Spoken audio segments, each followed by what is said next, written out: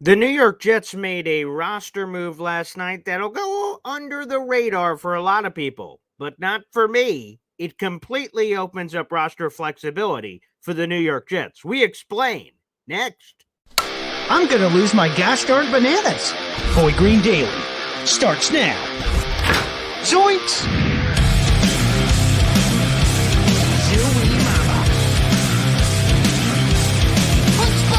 I made it clear that my intention was to play, and my intention was to play for the New York Jets. You're just fucking depression.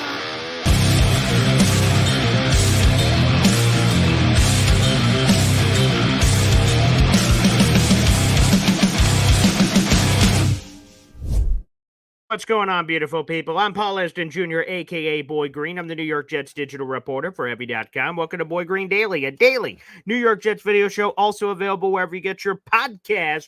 And every Wednesday, we have one guest on this show, and his gosh darn name, baby, is Nick Faria of the Pro Football Network and Athlon Sports, and he's on the road heading to Jets training camp and Jets practice. Let's bring him in. Good morning, Nick. How you doing, Paul? Great to be back on.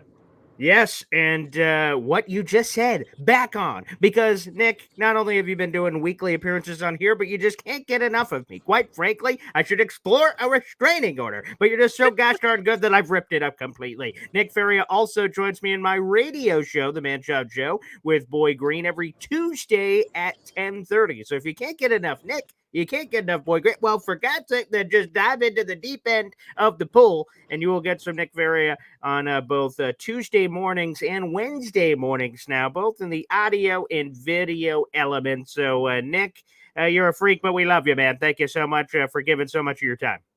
Of course. Happy to help. Happy to talk some football. It's a great time to be alive for this. Yeah, that's for damn sure. Now, what I wanted to start off the show with was the move the Jets made last night. Like I said, a lot of people would just go, okay, Jets made a move on their 90-man roster. What's the big whoop? But this is a move that I've wanted for a long time. And again, you never want to see anyone get cut. But the move that I'm referencing is, and you guys could check out the full article in the YouTube description down below, the Jets decided to cut Nick Bodden. They no longer have a pure fullback on the roster, and they added a veteran tight end, Anthony Firkser, who did actually start his career with the Jets as an undrafted free agent. He spent that 2017 offseason with the Jets before moving on to a variety of teams before full circle coming back. My initial thought as soon as I saw this was, oh, thank the Lord above. Now the Jets can maximize this 53-man roster. Instead of just having a fullback on there, you can have one of your tight ends learn Guatemalan, get some fullback action, like a Jeremy Ruckert, perhaps. So did you reach that same conclusion, or was this just a move amongst moves? No, I think it's a little bit of both. I think, honestly, this move isn't gonna foot the needle in any sense of the imagination. But you mentioned Ruckert at fullback, and yeah, that's what it's looked like the last couple of practices when they won the two-back set. I do think that Rodgers likes the two-back set, whether it's with a running back or a tight end. He's able to work with anyone, and I think that's the important thing here, where you don't have to really worry about who's behind him. You just have to worry about who's protecting him and catching the football. And in that regard, the Jets have looked pretty solid all camp. The offensive line's been a lot better than it has been. The receiving core has been a lot better than it has been. But with Ruckert, the thing is he hasn't been able to get on the field, and that's because Tyler Conklin has been such a serviceable starting tight end. Yes, you can go in the two tight end sets, but you don't want to stay in there for entire games and entire drives. You want to mix and match. So to be able to have Ruckert be a fullback in a way, an H-back in a way, it certainly will help the Jets offense, at least in their creativity. Well, it's great to hear that Ruckert getting some action in that unique way, because, again, it's just hard. Tyler Conklin is the primary starting tight end, so that means Ruckert would be reserved to other roles. We're going to go to this. I'll play a bit of footage here. Mike LaFleur is obviously no longer the Jets offensive coordinator, but in Flight 2022, a Jets documentary series in the rookie year of Jeremy Ruckert, Mike LaFleur explained how Jeremy Ruckert could have an immediate impact. He talked about his blocking, and now we fast forward a few years later, and maybe that's how he could get on the field. Let's roll the footage. When we met Jeremy, he unfortunately had the injury, but he you could just tell he's a man. He's a grown man that has his priorities straight, and you can tell he loves football. So even without turning on the tape, which I hadn't seen any tape of him up until the Senior Bowl, you knew that. You knew you were going to get a man that's going to love football. Let's hope the tape matches it.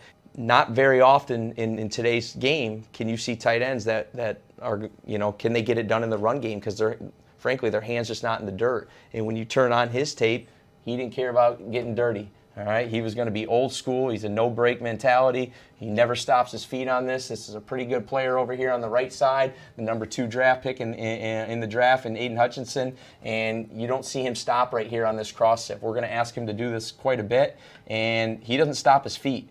He's old school in that way, and it's not just one clip against Michigan because that's their rival. It was all over the tape. Here it is a little bit earlier in the year. Again, cross-sifting. We look for guys that are going to stop their feet and clinch a little bit. He doesn't, and he's going to continue delivering the blow, and it was over and over and over. Here he is, not cross-sifting, but here he is inserting right here. Stuff we're going to ask him to do, and he's able to get on the defender quick, in great position, and finish a guy. And he doesn't just it's not finished when he gets the guy on the ground.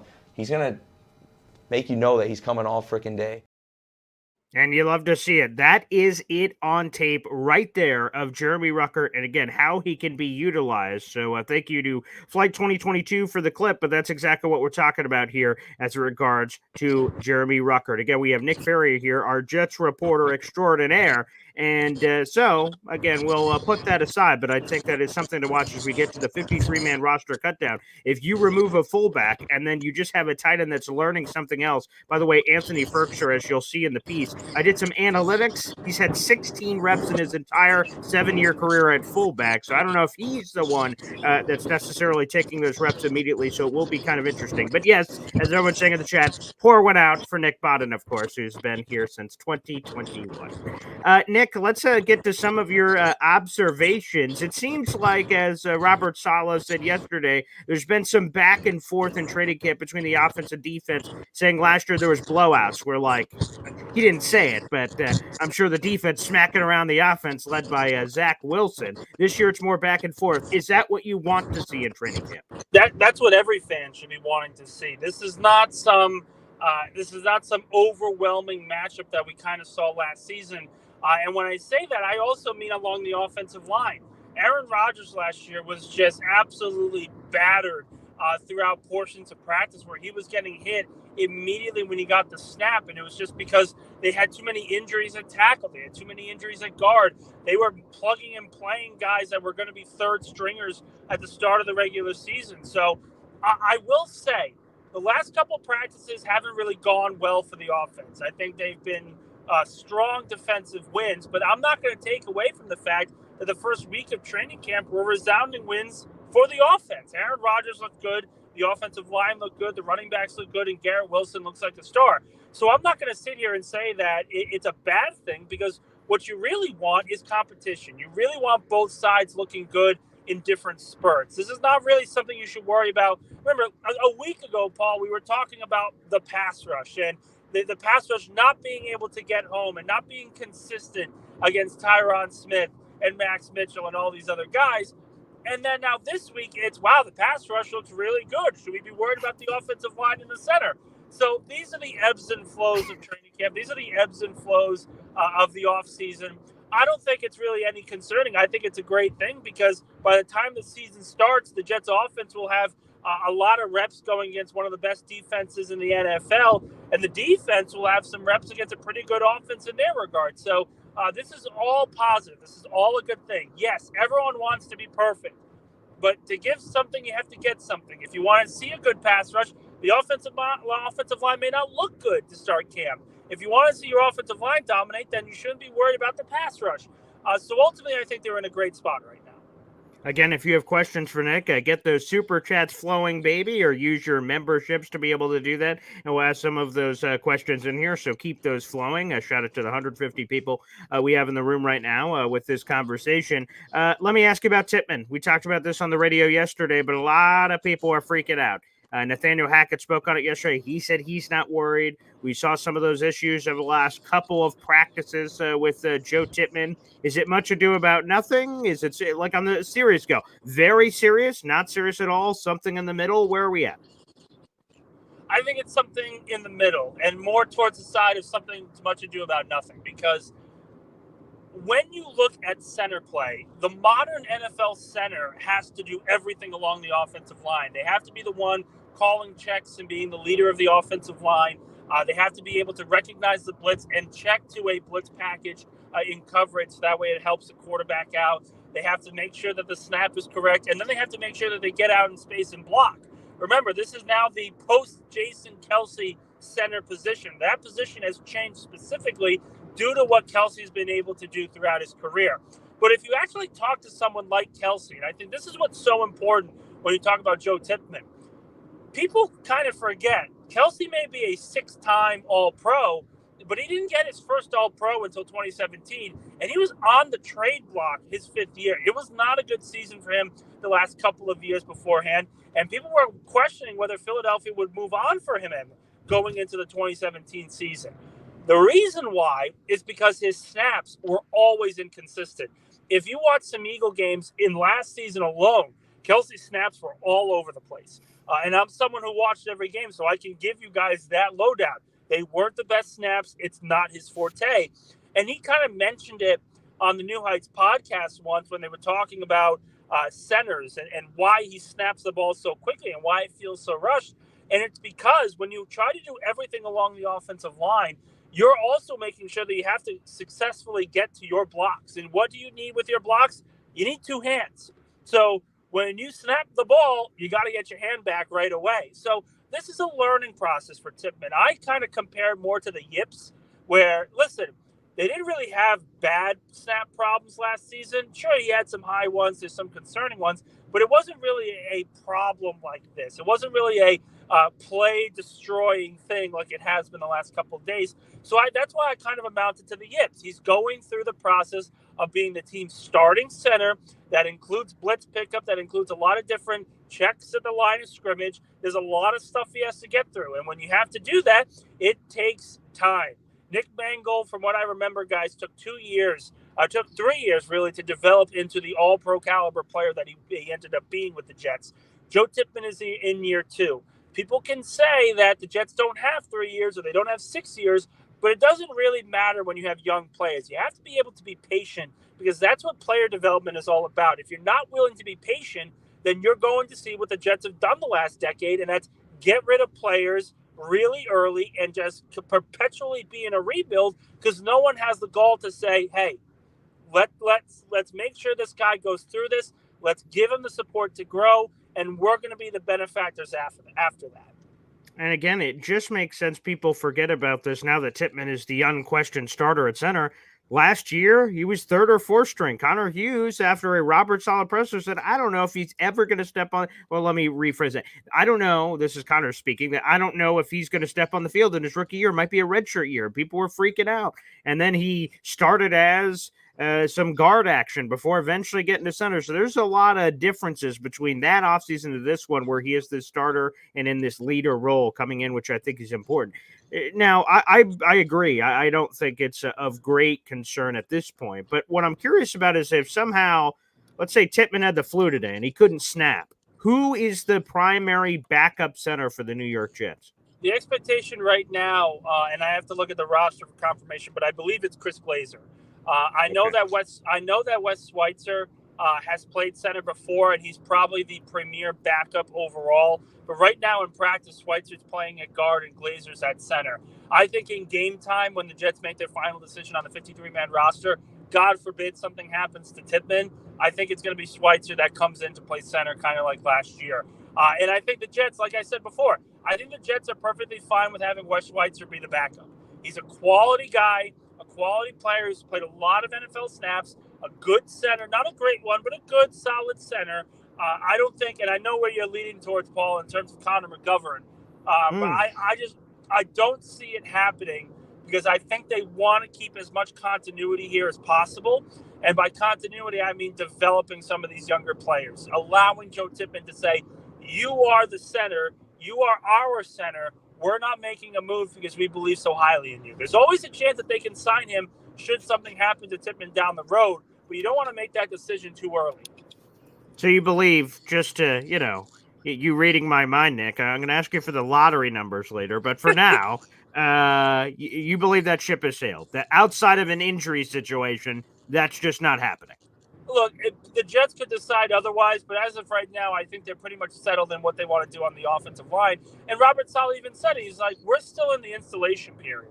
We're not where we need to. We're not where other teams are because we want making sure that we want to be in the exact spot we need to be in for the start of the regular season. And that means there's a lot of installation. There's a lot of moving parts in what they're doing in practice for the offense. So that's why even the last couple of days where the defense has won, I'm not really concerned because even throughout practice, you're seeing the offense pick up. Malachi Corley's getting a lot of snaps with the first team offense now. Garrett Wilson continues to play well. Alan Lazard is developing into a really solid veteran presence. So I'm not really that concerned with someone like Tippin or someone like if the Jets need to make an addition in free agency because right now this team looks as loaded as they were coming into this week. Again, we're speaking to Nick Ferrier, our Jets reporter from the Pro Football Network and Athlon Sports here on the show. Thank you to the 200 people that are in the room. Make sure you guys like the video, hit subscribe, and also get those questions flowing. We'll be jumping into a few of those here shortly. But who I'd like to talk about is, man, the Jets have a lot of great stories on their roster. And one of them that you wrote a column about is Tariq Cohen, who Saleh said the juice is back, which certainly raised a lot of eyebrows in Jets social media land because if he's got his juice back, well, that juice was a first-team All-Pro, a Pro Bowler a handful of years ago, and that would be very intriguing. What have you seen in your observations from Tariq Cohen? And is Saleh speaking truth when he talks about all these things of Tariq Cohen looking like the player? He hasn't said he's completely back. He explained yesterday what he believes is still missing from the puzzle there from Tariq. But from an overall sense, what are your observations? And quite frankly, is the juice back? I think so. I really do because you're seeing those spurts. And again, I don't think Cohen is going to have an impact on the running game this year. I think the Jets are very, very comfortable with their trio of backs in Breece Hall, Braylon Allen, and Isaiah Davis. I think they're really happy with it, and they have reason to be too. We can get to them later. But with Tariq Cohen, his impact is going to be in the return game, either punt return or kick return, and you're seeing the shiftiness. You're seeing the speed get back a little bit. When we talked to him yesterday, I put a column up on Men's Journal to talk about his run, but he said he got fat during his recoveries from Achilles and ACL injuries, just rotten luck the last 4 years before he was a Bear and an all-pro player for the Bear. And he took one look at himself in a picture by his pool with his friend and almost threw his phone at the wall. And I thought that was very funny and interesting and unique storyline because this is a player, like you said, Paul, was at the pinnacle of the NFL. He was the top return specialist in the league at one point for the Chicago Bears, almost won them a playoff game in 2018 as well. People forget the double doink game. The Bears had the offense set up in perfect field goal position when Cohen had a 40-yard return to set him up at the 40-yard line. They had the room and the chance to win that playoff game because of Cohen and his ability to get solid returns out of the kick return game. So the Jets think very highly of his return specialist group. They mentioned that they have an army of returners. Yesterday, Brant Boyer did. So there's still a lot of competition going on at that position. But with the new kickoff rules, even Cohen said this is a tailor-made position for him now.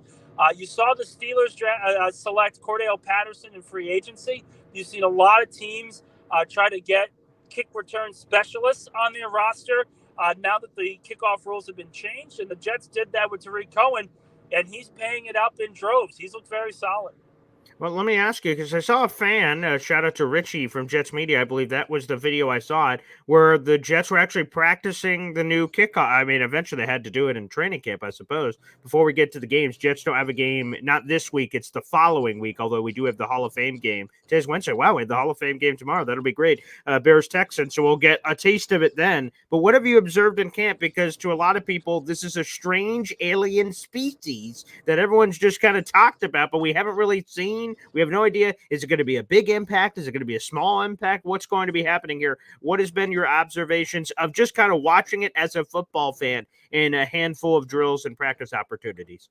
Well, I think there's going to be a legitimate, I would say, concern from the NFL because as kick returns go, you want to see the play come back and bring the excitement back, but you don't want to see offenses completely missing on the field because there's back-to-back-to-back kickoff returns for touchdowns. You saw it a couple of times there at practice where the Jets broke contain and their returner, whether it was Cohen, whether it was Jakeem Grant, somebody else, they took it to the house. The one thing that I will say, Brant Boyer said it as well, the Hall of Fame game will teach a lot of teams what the process looks like. And right now, I think the one difference that you're going to see in NFL games is that the offenses are no longer going to be starting from the 20 to 30. Average right now is everyone starts at the 25. Sometimes you start at the 20. Sometimes you start at the 30 on a better return. I think you're looking more at the 30, 40-yard mark line now. So it just shortens the field for the defense, and it's certainly going to boost up scoring as well. I think you're going to be seeing a lot more offensive firepower throughout the league because, again, this kick return rule is going to be really interesting. No one knows what it's really going to look like, but if from practice continues out into the preseason, into the regular season, there's going to be a lot of short fields to work with for a lot of great offenses. What's the injury situation right now? Who's banged up of any serious note? Anybody on the injury report? Yeah, so there's nothing really serious, and I want to preface that by saying it. There's a couple players out for a week or two, but no one seems to be in threat when we talk to Saleh of missing regular season action, which of course is the number one goal. You want to make sure these guys are healthy leading into the regular season. Xavier Gipson is the big one. Jacob Hansen is another one that are both out a week to 2 weeks. This is their first week, so I would expect a better update probably next week in regards to both leg injuries on their end. Morgan Moses is expected to participate in team drills at some point in the next couple of days, according to Saleh. It may happen today. It may happen Friday. It may happen Saturday. But it seems that this week is the barometer for him to get on the field as well. And when that happens, the Jets have their starting offensive line starting in the month of August, which, like I mentioned, is almost a full month before they had that group last season. So these are great developments overall. We saw Tyler Harrell walk off under his own power yesterday. We don't have any word on him. And there was reports that a player was carted off yesterday. I certainly didn't see it. And it doesn't sound like Robert Saleh did either because he didn't have an update on it. So right now, with the injuries that have been displayed, there's really no major concern. There's no major problem. It's more just a couple nagging injuries that are keeping players out a week to 2 weeks. But they're on the right trajectory. Everyone seems to be ready to go and on the line to be ready to start week one. And the questions are available, again, whether you're a member of the Boy Green Coffee Club or use the Super Chat feature. We'll try to get just many of those questions as possible. Dewey Nation jumping in, asking, how's the final depth chart looking at wide receiver? Although there's nothing final here on July 31st, so I'll kind of qualify that part of the question. But what has been the wide receiver rotation as Mike Williams obviously has still been out? It's going to be really interesting, this final roster battle, because it comes down to what the Jets want, right? So if they want to keep 10 offensive linemen, which is what I think they will do after last season's debacle, if they want to keep a bunch of different offensive linemen, they need to make sure that they have those guys healthy. And if that's the case, you want to make sure you have as many as possible. At receiver, you want to make sure you have depth, but at the same time, you don't want to have too much depth that you're taking away from other positions.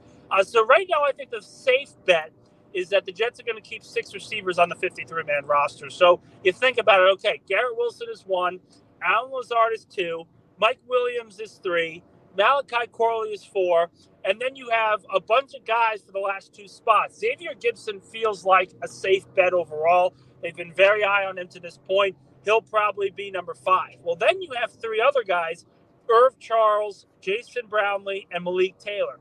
Malik Taylor has made a ton of plays, more than any other undrafted free agent wide receiver on this roster to this point. So you have to take that into account. The other side, though, is Irv Charles is your special team specialist. So ultimately, the Jets are going to have to make a decision here of what is most important to them. They could keep 7 receivers, certainly. I don't think it's going to happen this year because you have to trust what you see from Aaron Rodgers to this point, that he can make anything happen with any type of receiver. So I think there's a legitimate chance that Jason Brownlee and Malik Taylor, despite playing as well as they have, may not make the 53-man roster just based on the numbers alone. Wow. And well, again, you put this many at this position that unlocks or locks, depending on your perspective, something else at a different position there. So wide receiver will be fascinating from that standpoint. We have to ask, just like I feel like you reporters have to, Hassan Reddick, what the hell's going on? His fines have now piled up to over $1 million so far this offseason for everything he's missed, from mandatory minicamp, OTAs, training camp, extra option training camp bonus fines. I mean, it is adding up real quick. Like for Hassan Reddick, is there any end in sight? I think it's coming soon. I really do, because he's a guy that wants his money. He doesn't want to lose his money. And yes, there was optimism that Reddick would show up on Monday. There was that optimism because it felt like the two sides were getting closer. But Monday comes through, he's nowhere to be found, and the fines continue. This is where I talk about leverage. You know, Hassan Reddick had leverage after the John Franklin Myers trade to say, I will sit out because you guys clearly want me to play more, and I'm not playing a lot, 70% of the snaps on the 20th highest paid salary for an edge rusher. That's just not fair. I'm not going to do it. Now the Jets are exercising their leverage and saying, okay, you don't show up, we'll just keep fining you. No problem about that. 14 million, now it's 13 million. Now it's 12 million. Keep it up. Keep going. That'll eventually continue to go down. So I think we're nearing a turning point where Reddick is just going to say, I'm losing money by the droves. I'm 14 million can turn to zero very, very quickly. So I think we're nearing the turning point of Reddick eventually up and the two sides agreeing to a deal. It's just a matter of when. This is going to be done. When it happens is the big question. Don't be surprised if they come to an agreement before the first preseason game and they get Reddick ramped up for that particular game. They won't play him, certainly, but they want to get him ramped up to that point. Let me ask you. You may not be able to answer this, but I just feel compelled to ask. There is situations all across the league where there's holdouts that they just are not there. Trent Williams, CD Lamb, among Hassan Reddick, obviously, that are like, screw camp, find me up the wazoo. I don't give a flying hoot. And then there's all kinds of hold-ins. It was Jordan Love until obviously he got his big-time deal, Brandon Ayuk and others.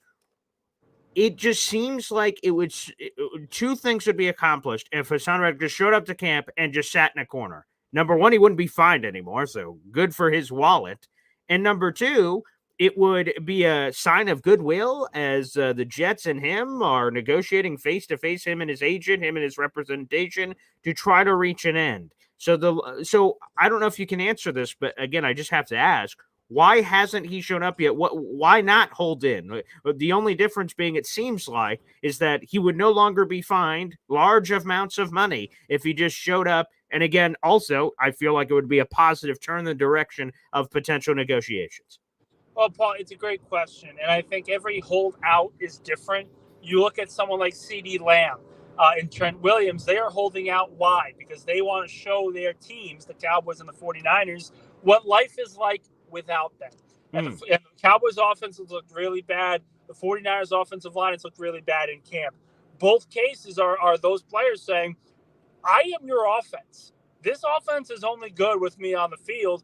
Figure it out and give me the money I want. With Reddick, it's a different situation. And I've kind of mentioned this before. I don't have an ear to Reddick's camp. I just know the story and what he has said consistently over the last few years. And the reason why this is a hold out instead of a hold in is because the trust that Reddick has with executives now is completely gone. You look, like I said, as a first-round pick out of Arizona, this is a guy that was played in a bad position. He was played out of position as an inside linebacker. Was never allowed to play his natural spot. And they were ready to call him a bust and trade him to the lowest bidder. And then he has an 11-sack season. He goes into free agency, is hoping for a big payday. Like most people, Jonathan Grenard got $20 million off of a career year with the Texans. But before that, there were a lot of questions surrounding him. He got $20 million. Hassan Reddick did 11 sacks, and he only got $6 million from the Carolina Panthers in 2021. So he wasn't happy about that. Then he goes out for another free agent deal, and he gets a good offer, but not a great offer from the Eagles, and becomes an all-pro, one of the best defensive players in the NFL, top 5 in Defensive Player of the Year voting in 2022. This guy is a consistent player, but the one thing we have consistently seen from NFL teams is they don't value him. They don't value or believe that he can be a top 5 pass rusher, even though I would argue he's already shown that. We can disagree and agree on that regard. But with Reddick, he has been told for the last 6 years, you're either not good enough or we don't believe you're consistent enough to be a top 5, top 10 paid pass rusher. So in this case, Reddick is fed up. Reddick has had enough of the Jets being the 4th team now to say, we'll pay you, but you need to show us on the field. He's already shown it on the field. Let's be objective here. I know there are a lot of Jet fans that saying he has to prove himself, but he's already done that on multiple defenses, on multiple teams. It's not really fair or just realistic to assume that Reddick should hold in and allow the team to negotiate in good faith when all he's been doing is negotiating in good faith. The Jets are the one team now that has to deal with it.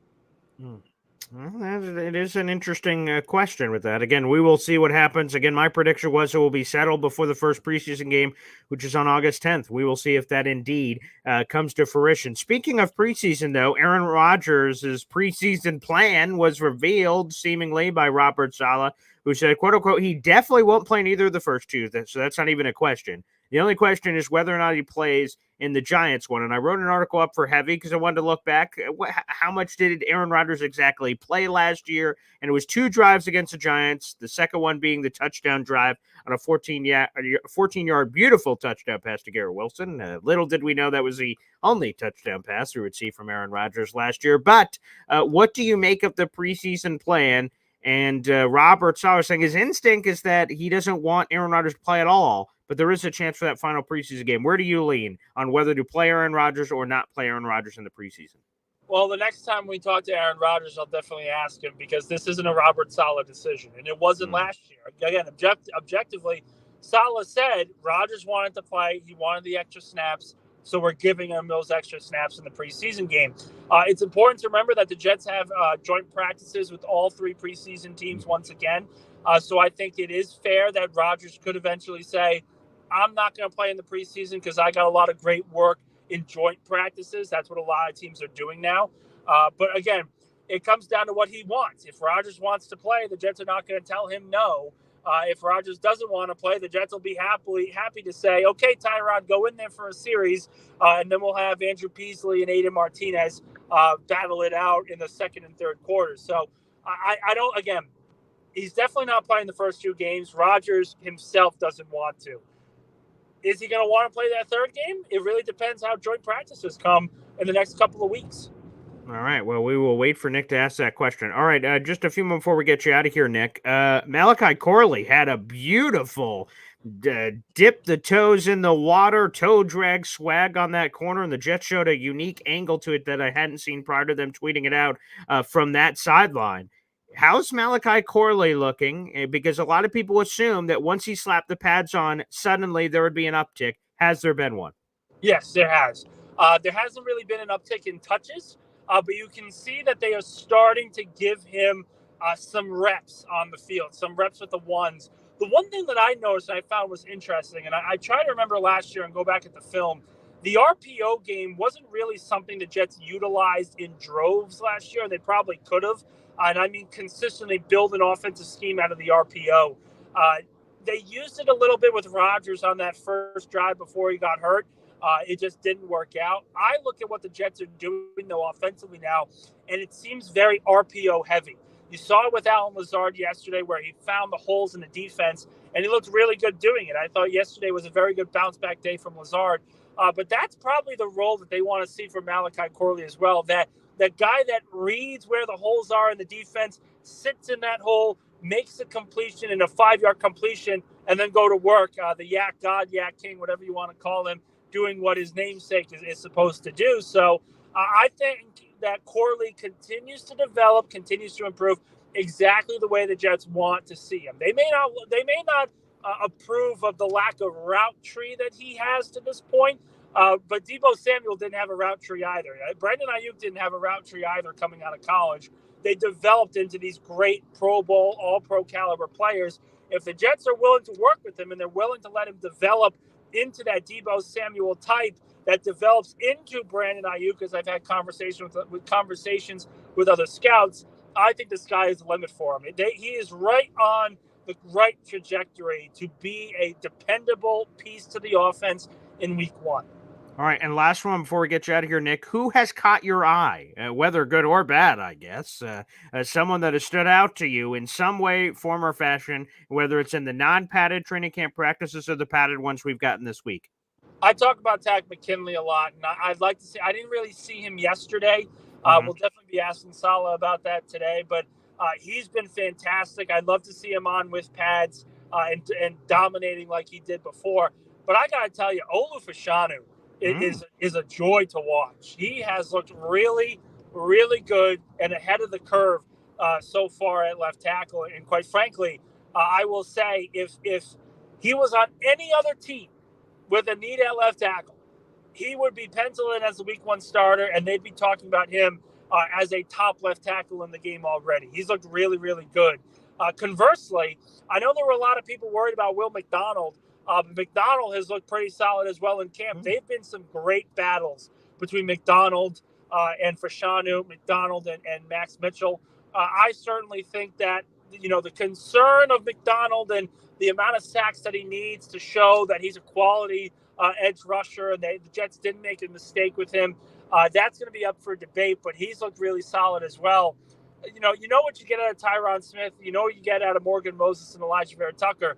But the fact that Olu Fashanu has looked this good this early, particularly in the run game, should show a lot of people that the Jets not only were right to take him with the 11th overall pick and bypass Brock Bowers, but put themselves in a position for when Tyron Smith leaves or when he gets hurt, for them not to miss a beat, because it certainly looks that way right now. All right, actually, I lied. One more because of that. Has Olu looked so good that you say, you know what? Sorry, Morgan. Olu Fashanu is starting at right tackle and Tyron is going there. Or will the Jets resist the urge to press that button in the middle room and just say, you know what, Olu, you're learning left tackle, and if you're needed and that glass has to be broken at some point, we will. But we're not going to throw you at a different position. We're just going to keep you at left tackle. I got to give the Jets the credit on this one, because a lot of teams try to cross-train young offensive linemen, and I think it can be detrimental to players that only play one particular position, like Fashanu at left tackle. The cross-training thing only works when you have a competent and dominant offensive line coach, kind of like Jeff Stoutland, Bill Callahan, those kind of guys. As much as Keith Carter has done to improve the offensive line to this point, and they have looked better, objectively they have looked better, I wouldn't put him in that conversation of Stoutland and Callahan. So I think it would have been a mistake to have Fashanu cross-train at right tackle, and that's exactly what the Jets are doing. They are saying, we want to make sure he is excellent as a left tackle before we even consider moving him along the offensive line, and that's exactly what he's done. They are being patient. They are developing their young players the right way. This is exactly what you want in a coaching staff going through training camp with a high pick like Fashanu is. Let him develop his natural position. Let him get up to speed in his natural position. And should a situation arise where you need him in another spot, then you cross-train him. Then you go into that other change. But ultimately, the Jets have a lot more depth along the offensive line than I think we even really give them credit for. Max Mitchell, we have seen, can come into a starting lineup and be serviceable. Same thing for Wes Schweitzer. So if Morgan Moses, something were to happen to him, the Jets can turn to Mitchell and say, you're going to be the starting right tackle because we value Olu Fashanu for where he is. We know we need him as the future left tackle, not the right tackle. So ultimately, I look at what the Jets are doing now, and it's the absolute right move with the Penn State product. Yeah, I couldn't agree more. Let him stay at left tackle, and I love that the Jets are resisting that. As we're sending you out of here, Nick, we have FL Phil 98, part of the Boy Green Coffee Club, said he tuned into the Score 1260 yesterday and caught my segment with you, Nick, and said you guys are great together. And that's when we will see Nick next. He will be on the radio. That's audio only, coming up on Tuesday at 10:30. And then, of course, he'll be back with us for the video version Wednesday morning at 7:30 in the morning. Nick, enjoy practice, buddy, and we're looking forward to all of your insights again at that very handle on the screen at Nick_Faria 1720. Thanks, buddy. Appreciate it, guys. There he is, Nick Faria, joining us here on the program. And a big shout out to Nick. It's been great. This is my first off season of overlapping with Nick, and I'm glad that we've been able to connect the dots. So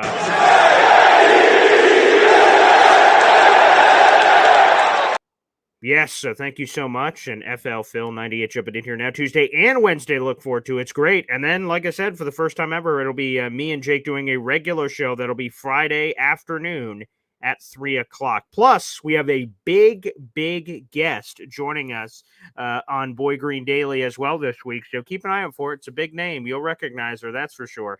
All right, let's go over to the phone lines. We got NY Jets FL here on the show. What's up, buddy? Good morning, Paul Jr. How's it going? Yes. How's it going, Tedrick? How are you? It's going good, Paul. There's a mini debate in the chat going on about Will McDonald being a bust. Wow, already. I looked up Bryce Huff's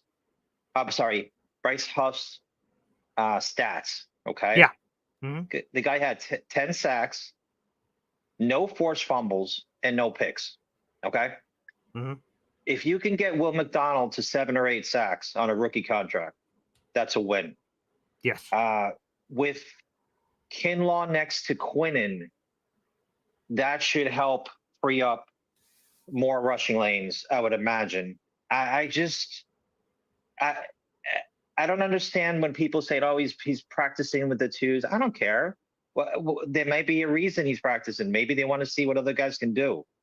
I think they know what they have with him already. If he just takes a step forward, I don't see why he could. Like I said, he couldn't get 7 or 8 sacks. And that's my realistic jump for me. I know some people are too far. They're like, "Oh man, Will McDonald's going to have 15 sacks this year." Maybe he does.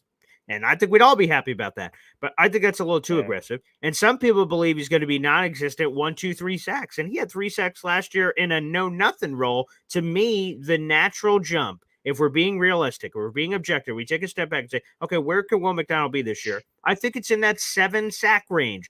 Give a plus or minus a sack and a half, somewhere in that range. If he goes above that, to me, that's a more than successful season. That's terrific. And maybe he will have those ops. We'll see how the rotation works with Reddick. Again, if Reddick shows up too late to camp, maybe it'll take him more time and they have to slow play him into the season, which obviously would mean more reps for guys like Will McDonald. So there's still a little bit to be figured out there, but the watermark for me is exactly what you said. I put it at like 7.5 sacks, and there's your push line one way or the other. And I think that, to me, is successful for Will McDonald. Paul, also, with possibly an improved front 7, we could see, forced fumbles, more quarterback pressures. And then, obviously that would be more interceptions. Maybe we could see a Sauce Gardner, actually get one, or some other players. It's a little early to be pumping the brakes on McDonald. We didn't quite have we didn't have an elite offense last year, so I would imagine the defense had to fight and claw, every play literally to have any chance of winning. And that's kudos to Saleh. The press conference with Lazard, his mea culpa, where he's saying, "Oh, I'm so sorry, I was a bad guy." That doesn't quite cut it when you have Garrett Wilson and Breece Hall coming off injuries. Breece Hall coming off an injury, and they're fighting for 1,000-yard seasons with garbage quarterbacks. It's a little embarrassing to be Lazard. I don't know. Yeah, it He didn't looks hit great me. this season. Sorry, Yeah, Paul. we didn't do Go it. ahead. We didn't do a show on it, obviously, but and maybe more to come, I guess. When the Jets have an off day, we could catch up on a lot of the press conferences. But that didn't hit me because, like I said, Saleh said it almost indirectly a couple of press conferences ago that sure, Alan Lazard didn't have Aaron Rodgers, but no one else had Aaron Rodgers. And there's a lot of things that Alan Lazard could control that has nothing to do with Aaron Rodgers. Your effort, your run blocking, penalties, drops, those are all things that no matter who's throwing you a football or anything, you can control. So it seems a little excusey when we're using that and then deflecting blame and saying he said somewhere in that most recent press conference, Lazard, it's difficult to work with a bunch of different quarterbacks. I don't know. Everyone else seemed to figure it out. And I'm not saying Zach Wilson's great or Trevor Siemian or Tim Boyle. Didn't know I'd be saying that name ever again in my life. Like, I get it. It was difficult for everybody. But again, that's lame. You're in your contract. It does not say, I only catch passes from Aaron Rodgers. No, that's not what the $44 million said. You have to play wide receiver and you have to do what you're told to do. So, it didn't. The apology tour didn't really hit me in the sweet spot. Yeah, that's a really bad look, especially after you signed a $40 million contract. I mean, what are we talking about? Come on, man. Yeah, you let out of the starting gate. You get out of the starting gate and you just stumble. It's like, come on, dude. But let me say the Nick Farrier comments of Fashanu. I mean, that's I wouldn't move him to the right side. I would just we tried to do ABT over on the right. I know it's different, but one's a guard, one's a tackle, but if you have if you think he could be a 10-year starter or a possible All-Pro, I wouldn't touch that guy at all. I would ease him into put him in goal line if you have to. Put him, just play. Put him in here and there. If you want to give Tyrod a few breaks in the game or whatever, or later in the year maybe he can develop, and maybe Tyrod, when he does sit, you can put him in. Even if he's 50% of the snaps. Mm-hmm. Yeah. Maybe more. Maybe more. I am for the stick him at left tackle club, and let's just let everyone play in their own lane. And Olu every day is left tackle, left tackle, left tackle. And if and when that day happens, and a lot of people assume it will, that Tyron Smith will not play all 17, that Olu will step off the bench, play Timmy trumpets, and his ass will be running out there to protect the blind side of Aaron Rodgers. And that's what I want him to be focusing on. It's hard enough for rookies to learn 12 different positions. Just learn your one position. Not a jack of all trades, a master of none. Know your role, and it sounds like he's doing a wonderful job in that.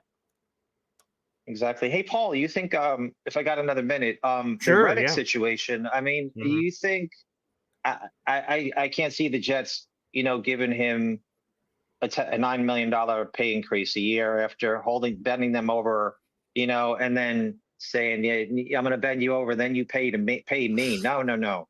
That's not how that works. So it's getting later in the season. I mean, when finally does push come to shove here?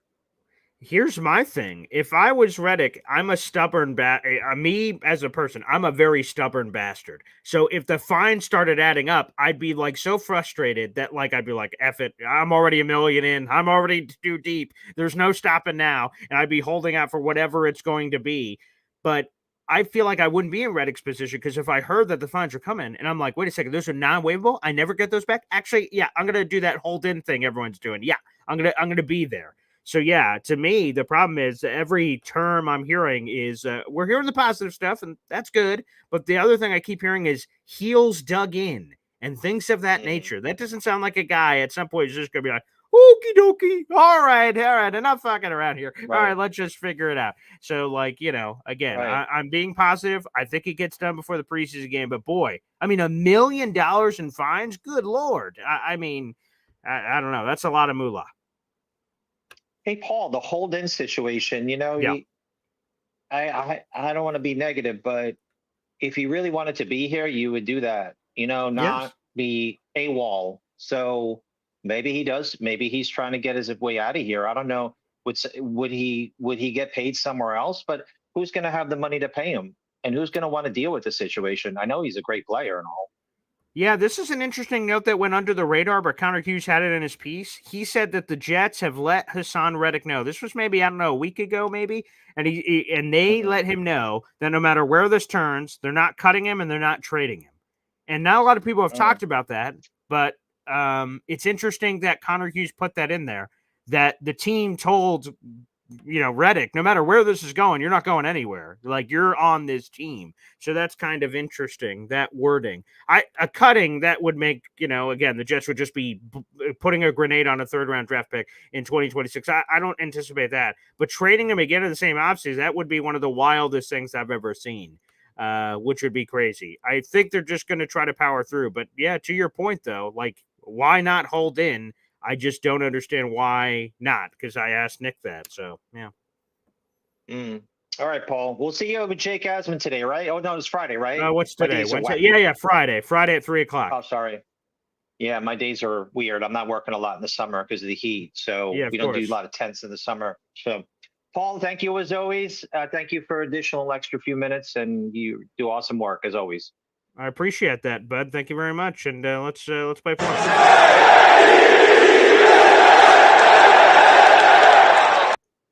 Beautiful. We like NY Jets FL joining us here on the show. All right, let's keep the conga line going here on the phone lines. I'll also say, because I think someone mentioned it, Hard Knocks yesterday, the final episode of the Giants version. The Bears version starts a week from yesterday, so there's no break in the Hard Knocks action. One of the big teases was the Jets calling the Giants to move up from 10 to 6. The HBO/Max Hard Knocks experts, whatever, they did not include the Jets trade offer. So that means Joe Douglas must have put his foot down and said, I don't want that included in the show. So we don't know the price the Jets offered to the Giants to go to 6, but they definitely offered something to move up. And most people assume it would have been for Rome Odunze. Some believe it would have been for Malik Neighbors. Very, very interesting stuff. All right, let's go back to the phone lines here. And we've got B-Mac on the show. B-Mac, good to see you, pal. Here, I need you to do me a favor, okay? Because you didn't answer my text, so that's very rude. But make sure when you get a chance, after you get off this little appearance on the show, get a good, high-quality picture of you in the Jets hat. We're going to be doing something real special for you. That's the kind of guy I am. So, again, get a nice picture, waist up, and the rest of your body in there from the waist all the way to your Jets hat. Get us a nice picture if you can. Is that possible, B-Mac? Can you do that for me? Yeah, I can give you a picture. I don't know about the whole body though. No, I don't want the whole body. I don't want. Yeah, as we've addressed, you're too tall. You're a big, lanky, Gumby looking bastard. I don't need head to toe. Just give me waist up. That should be more than enough for the photo. And then, of course, you got to be wearing the Jets hat. So send that to me when you get a chance. Okay, pal? Yeah. Well, when I see you on the home opener, hopefully I can see you. Then when you see me, you will be shocked because now I'm tall, but I'm lengthy and I'm very thin. So but I am I am tall. So I'm the opposite. I am short and stubby, so I'm like a little hobbit, maybe a goblin of some sort, a leprechaun, a gnome. I kind of have that vibe. Yeah, I'm a lot closer to the Earth's core, if you catch my drift. Yeah. Yeah, but when you see me, you're gonna be looking up like this. You know what I mean? I will be prepared. I will prepare my neck accordingly. Yes. Yeah. But I do think that before the onto the official business that of course, yes. Right.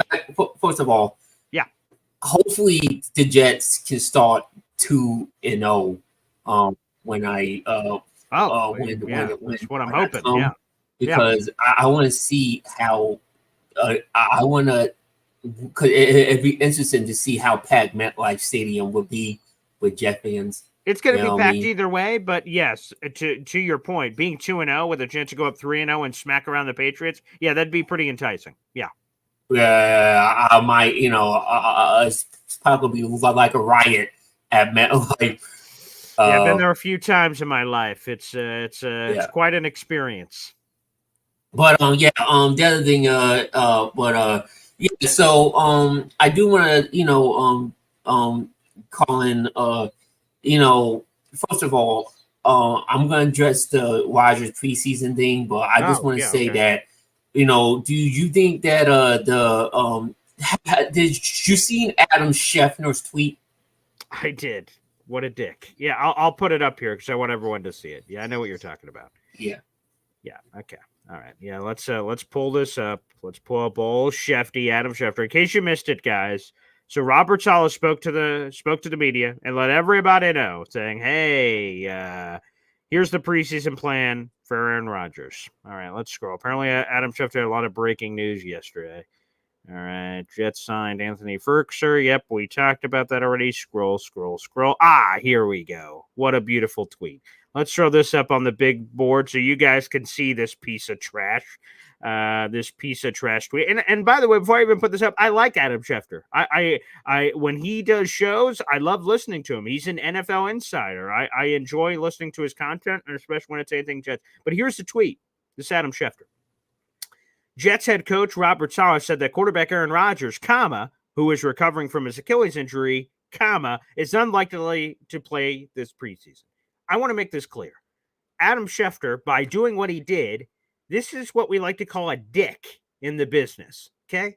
He knew what he was doing in the wording of this tweet. This tweet implies that Aaron Rodgers can't play from a health perspective in the preseason. That's what this is suggesting. Robert Saleh said Aaron Rodgers, who is recovering from his Achilles injury, like he's not 100% yet, is unlikely to play this preseason. That is absolutely not what happened. Robert Saleh, I can play the clip for you.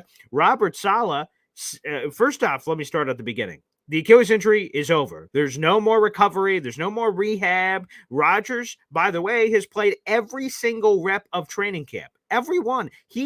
Robert Saleh, was even asked during this presser, like, boy, you're going to take it easy on Rodgers? He's literally played every rep. So, like, he has been so good that he's been playing all the reps. No breaks, no timeouts. So, number one, there's no rehab, there's no recovery. It's over. He's no longer recovering from any of those things, number one. And Schefter knew what he was doing when he tweeted this, okay? And number two, Rodgers could play, but just like any NFL team, okay, just like any NFL squad, they are not going to play their quarterbacks in the preseason, or if they do, it's very scant. It's, again, last year was 2 drives against the New York Giants, and he was out halfway through the first quarter. So I just thought that the tweet was a dick move by Schefter, because a lot of people in the comments are misinterpreting what it meant. They said, I thought he could play at the tail end of last year. I thought he was fully recovered. So he just stoked the flames on a nonsensical thing that isn't really true. Rodgers is coming off of an Achilles because that's what happened last year, but it has nothing to do with what's happening right now. So, yeah, I will be honest, it pissed me off, but that's fine. Again, that's why Aaron Rodgers said, lose my number, Schefter, and do all those sorts of things. But, yeah, I thought it was a dick move. I agree. You know me. Once I saw that, man, I just wanted to, like, I think he did that. But first of all, he knew what he was doing. Yes. And he knew that, I think he did that to trickle Jet fans. Mission accomplished, because we were all good. I just eye-rolled that when I first saw it. Yeah. Yeah, and then I think he's still salty that Rodgers owned him, lose my number or so. I think, there's some grudge or something like that going on there. But I think that, man, it's just, it's just bitterness. Again, he's fully healthy. He's fully recovered. Yep. He's 100%. Yep. He's ready to go. Mm-hmm. And we all know this, but I just hate that. But I'm glad you brought that up, though, because we hadn't addressed it. But like I said, because it was after all my shows yesterday, or in between, I guess, the Woody one. But it was just an eye roll, like, whatever, man. Which, again, it's all fine. It's all gravy. If people want to have this perception that Aaron Rodgers is a decrepit old man who's on a walker, okay, tune in Monday Night Football Week 1. We'll see what happens.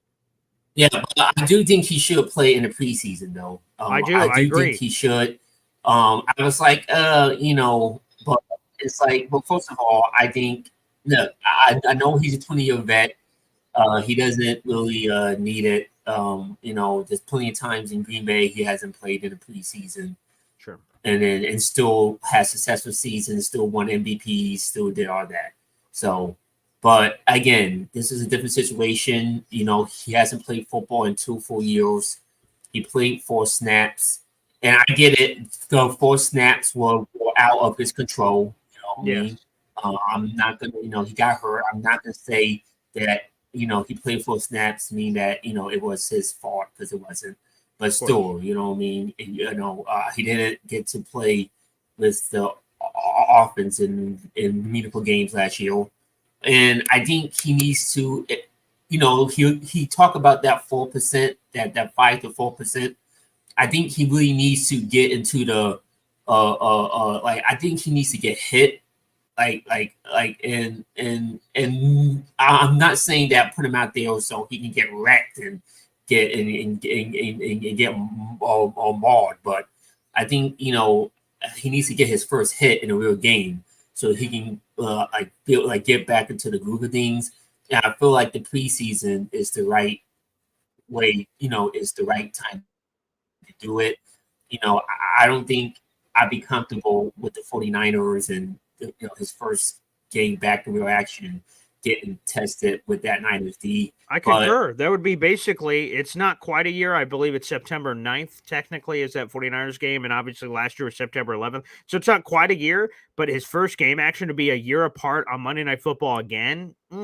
I would prefer the same thing. Give him a drive or two in the preseason. Again, Rodgers, I think, is set. Today's Wednesday. I believe Rodgers is going to speak today. So we'll get an answer because Nick Ferrier said he will ask him about whether or not he wants to play in the preseason, which should end all this. Because if he says no, then he won't. But if he says he will, then we're probably going to see him. I'd love to see him for a drive or two against the Giants. Or if the first drive is a 10-play touchdown, then maybe it's just one drive. But either way, I'd love to see him for a couple of drives. Get it out of his system, get the whole football thing out, and then just get ready for the season. Yep.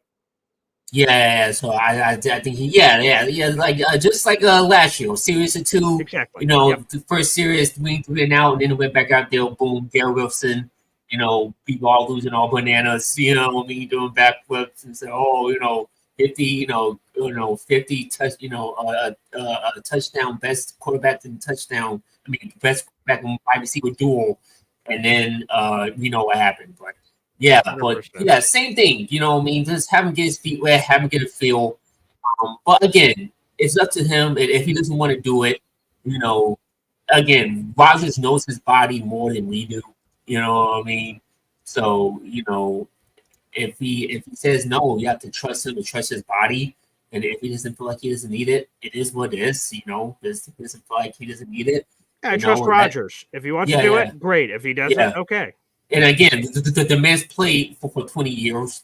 It's not like he's a rookie. Coming in, and all that stuff. Like Caleb Williams. I think Caleb Williams should play in a few preseason games. He will play in a couple, but apparently not tomorrow, which is disappointing. That would have been fun. Yeah, but whatever. We know Rodgers will be ready week 1. When the rubber hits him below the most. And then the other thing is that I got a question. Now I don't know if you know this, but you remember last year, Rodgers in training camp, OTAs. Last summer, Rodgers strained his calf. Yes, I remember that. Yeah. Now I did realize this yesterday. I think the calf he strained wasn't the leg that he tore his Achilles on. It was the opposite one. I can't remember, but unless you're telling me right now that it wasn't, I don't remember either way. Yeah. Being the one like his calf, he strained his calf, right, and his calf being that opposite leg from the leg he tore his Achilles, is that concerning? No. No, I don't, to be honest, even if it was the same leg or opposite leg, because you could make a case. If it was the same leg, you could make a case for the Achilles. If it was opposite, you could make a case for overcompensating, which could have led to the Achilles. So either leg it was on would have the same inference. And I would just say that, no, I'm not worried about that portion of the exam at all. Aaron Rodgers has been working out incredibly. He's been doing all those kind of calf workouts. If you watch the One Jets Drive inside look at these training camps, you're seeing all kinds of clips of him going through it. I'm not worried about that at all. No. Yeah, and I think the one thing you have to know about Rodgers had calf issues in the past, but he's played through them and he's played well through them. Like in 2014, right? He ripped his calf, Sure. and he beat the Cowboys in the playoffs with one leg, and beat them pretty good. You know, Pop. You know, I mean, I bet you remember that game, Pop. You know, I mean, Rodgers on one leg sports your team.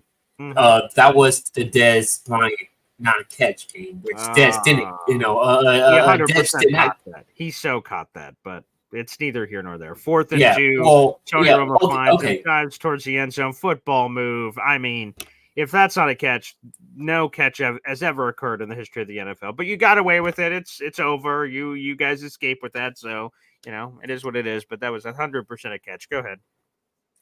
Even if he did caught it, right? That would have still gave Rodgers plenty of time on the clock to drive down the field, maybe, right, and got a touchdown at the end of the game because Rodgers was already carving them up.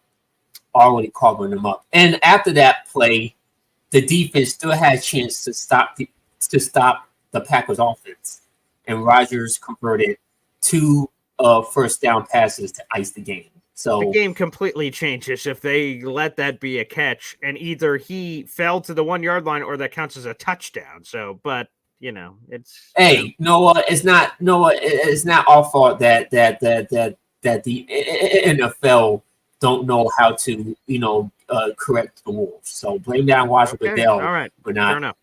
They did the same thing to Calvin Johnson too. So it wasn't just a Cowboy and Packers. Oh, that's when he caught it and like spiked it or something and immediately started to celebrate. And that was against the Bears week 1, and they were going incomplete. It's like, the hell? I caught it, and then I like started to celebrate. They're like, I don't know the timing of it. Yeah, I remember that one too. But at the end of the day, an L is an L, and Pop, this guy take it on the chin, and then. Wow, my father's in the chat. He says, B-Mac just proved his complete lack of football knowledge by saying that wasn't a catch. Trash. B-Mac, go back to being a Packers fan. No, hold on. You know what? I wasn't going to do this, but you know what? Pop. I got a lot of love. B-Mac just flip-flopped like a fish on the sidewalk. Master of the L. Oof. Pop, you know what, Pop? I got a lot of love for you, Pop. I respect you, Pop. All right, you are a legend forever for defending this country and protecting this country. All right, I'm a big fan of the military service. All right, and Pop, you are a legend. You are the GOAT for that. But to tell me to go back to being a Packers fan, Pop, you're a Cowboys fan. That's a good. Go back to being a Cowboys fan. All right, you. Don't forget, my team last year smacked your team. Sent your team home in the first round. All right, Dak Prescott can't win you know what, Pop? Worry about Dak Prescott winning a big game. All right, worry about that, Pop. All right, worry about Dak Prescott getting to an NFC Championship game. All right, Rodgers been to 5 NFC Championship games. All right, won, went to the Super Bowl and won. Dak Prescott, since he's been in the league, Dak Prescott has not gotten past the divisional round. Not once. And he's been in the league for 7 or 8 years. 8 years he's been in the league. And you hold the ultimate trump card because only one team in NFL history as a 7 seed has ever won. It's the Packers, who went inside Dallas and beat them. So smack that ass. Smack that ass. Crushed him. It wasn't even close, Pop. All right, look, hold on, Pop. You got Dak Prescott, right? Yeah. One of the highest paid quarterbacks. All right. One of the best statistical quarterbacks in the league. But let's be honest, Dak Prescott got all the numbers for beating up trash teams. All right. Wow. Dak Prescott is a terrible team champion. Dak beats up on the garbage teams. all right, beats up on the terrible teams, but can't go up and produce and to deliver against the elite teams. All right, that's what you call a fraud, and Dak Prescott is a fraud. All right, always have been, always will be. Aaron Rodgers, all right, head-to-head record against Dak is 4-1. 4-1. Aaron Rodgers owns the Cowboys. He owns Dak. The Packers, as the team, own the Cowboys. We own Jerry World. All right, we own that building. All right, there should be named that building Lambeau South. All right, Lambeau South, because Jerry World is our second home. All right, we haven't lost a game at Jerry World. Hell, we won the Super Bowl in Jerry World. We won it in Jerry World. That one Super Bowl that you crap at Rodgers for. Oh, he only got one Super Bowl. He won it in the building, Pop, in your house. Rodgers went in your house, put his feet up on the couch, ate popcorn, and won a Super Bowl in your building. How sad is that? How sad is that, Pop? BMAC is on it today. Huh, Pop? All right, so don't come in here and disrespect me and say, "Oh, go back to being a Packer fan." You know what? I'm a Packer fan and I'm a Jet fan. All right. I got where's my Packer hat? You know what? Oh, you got a different one today. Okay, nice. Okay, there. Yeah. See that, Pop? See that, Pop? Yeah. All right. I'm a Pat Jet. All right. So you don't. So you need to go back and root for the Cowboys, Pop. All right. No, what? I'm gonna start renting. I'm gonna save my rent on Sunday when he's here because I'm gonna school him. I'm gonna school him good. And I got every single game that he's played Rodgers and the Packers. I'm gonna bring up every single game in record. Trust me, Pop don't know what's coming, but I'm gonna leave it as that. I'm not gonna let him lose my cool. Hardwood Green, I love you. All right, appreciate it. I'm gonna hop off because you got other callers on. Yes, but I see you later. Pop, we ain't done. Okay, we'll see you back on Sunday. And B-Mac, remember, as soon as we get off this call, take a picture of you and your Jets hat only. No Packers hat for this picture. And then send it over to me in text because we're going to be doing something special for it. So appreciate it. So we'll see you on Sunday, B-Mac. Okay, beautiful. Joining us on the show, baby. All right, let's get one more caller in. Wow, that was a trip. Let's go to Brandon here on the show. Brandon, hard to follow that up. God bless. I'm like...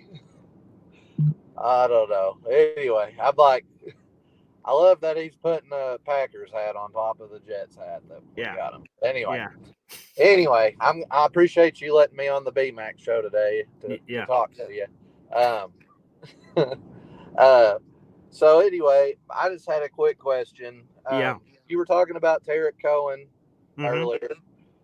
So, and I was actually pumped with that signing. My question is, are we carrying 5 backs? Are we getting rid of Izzy? And you may have touched on this earlier. No, we haven't. Do what? What was that? No, we haven't. I'm sorry. I didn't mean to cut you off. No, we haven't. We have not addressed that yet. So go ahead. Finish your question. But yeah, that's basically my question is, I mean, are we carrying 5? Are we getting rid of somebody? If so, who are we getting? I know Jared B has already let me in on a little secret, and that is he is taking Braylon Allen with his first pick in our fantasy. Oh wow! So okay, I like that. I like the passion there. That's a pick I could support as a different team in that league. That's for sure. And shout out to.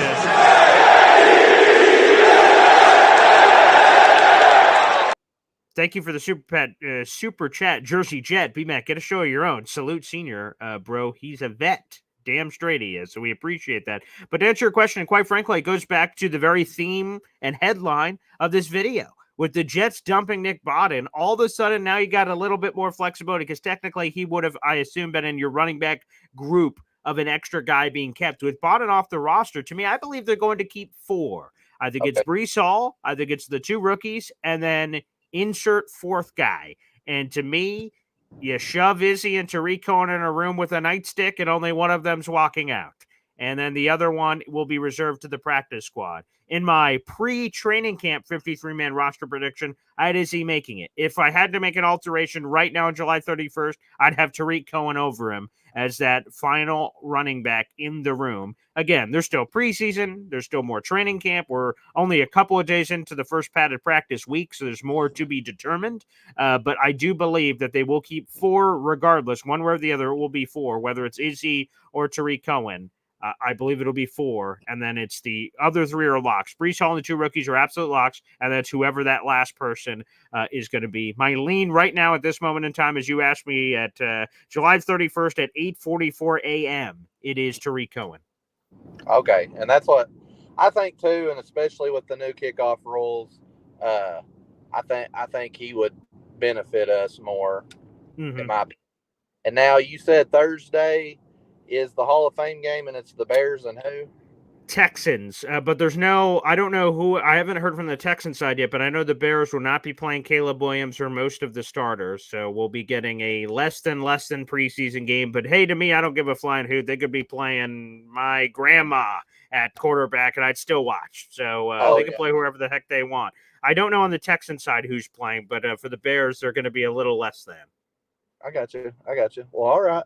Well, and I'll just end on this. Okay. You know, I know I'll enjoy watching your dad pick at BMAC and whatnot. But I will say this: I know we give your dad a hard time, but as your dad reminded me the other day on Saturday, he's been to 3 Jets training camps and he has been to 0 Dallas Cowboys training camps. So he's a Jets fan. We just need to, you know. He needs to accept it. He's a Jets fan. He's a Jets guy all the way. And I don't think your dad ever get on here and put a Cowboys hat on over a Jets hat. So I'll just he would not. Well, Brandon, before you get out, I will just say what a great comeback. So my dad is like, you know, kind of, how many training camp practices have you been to, Brandon? I've been to 3. And he went, how many Cowboys practices? He's like, so great, great counter. You know, you're in a boxing fight. Boom, got him. He's shaking. Got the body wiggling a little bit. Okay, very nice, Brandon. I like it. Good job, buddy. Good job, buddy. We love having you. All right, let's get another phone call in here. FL Phil 98, baby. What's up, pal? Hey, Paul. Yeah, I just wanted to jump on because, all right, I'm getting like a delay. So I don't know if you hear me right now. Yeah, I hear you great. No delay for me. Okay, like I'm hearing you with a delay. Anyway, okay, sorry. You use the JETS chant and you use the chimes when you get membership.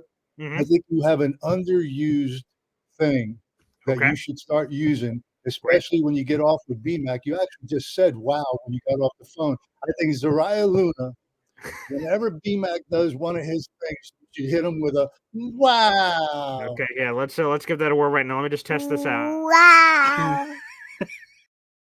That's great inclusion. I will add that to the list. That's wonderful. That's a great suggestion. That's going in there now. All right, Paul, that's all I got. I just wanted to jump in from him. I love that. Thank you, buddy. FL Phil 98 joining us. BMAC the wow clip. Any way I could get more utilization out of that is great. And I love shout out to Gator who put all this together.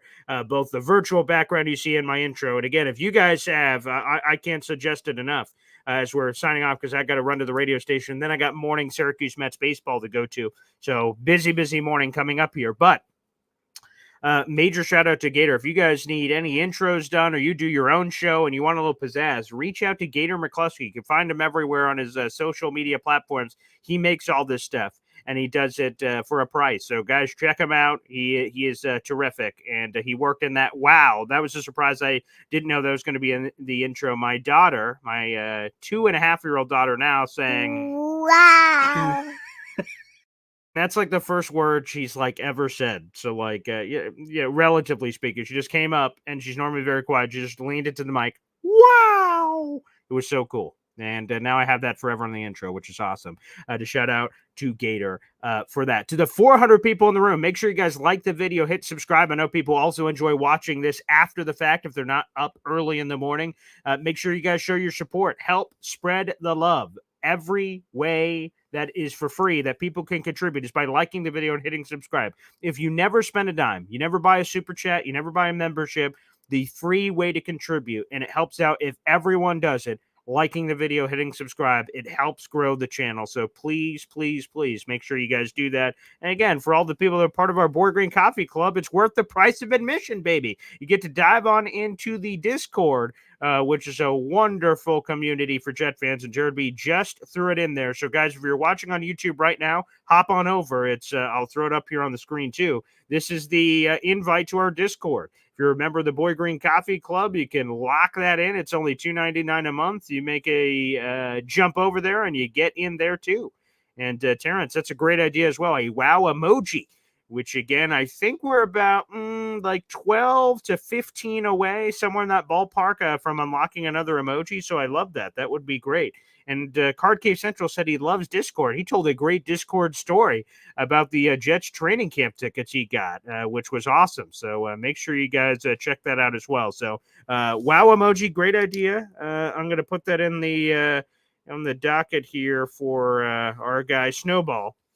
I'll put wow emoji on the list. Thanks, everybody, for tuning in. And what's today? Wednesday. So I'll be back tomorrow for Board Green Daily in the morning. We'll have the Woody Show. That one will be at 3:30, by the way, with Joe Blewett. And then on Friday, it'll be morning show, then Jake Ashman at 3 o'clock. And look at this. Look at this. Right at the buzzer, Card Cave Central giving us a reason to play some chimes, baby. Ocho Nueve, who is now a member of the Boy Green Coffee Club. I'll try to keep you guys posted on the membership number, but like I said, we were around 15-ish away from our next emoji being unlocked. Shout out to Card Cave Central for getting us a little bit closer to that line, and we'll see all the other work we could do on the shows in the coming days. Thank you, CCC, for that, and another shout out again to Ocho Nueve. Welcome to the Boy Green Coffee Club. A great way to end. God bless everybody, and we'll see you next time. Take care.